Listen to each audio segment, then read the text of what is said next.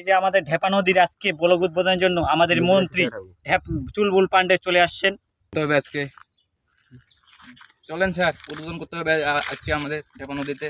ঢেপা নদীর কাজ কি সম্পূর্ণ ব্লকের কাজ সম্পূর্ণ হয়ে গেছে? সম্পূর্ণ ক্লিয়ার কাজ। আচ্ছা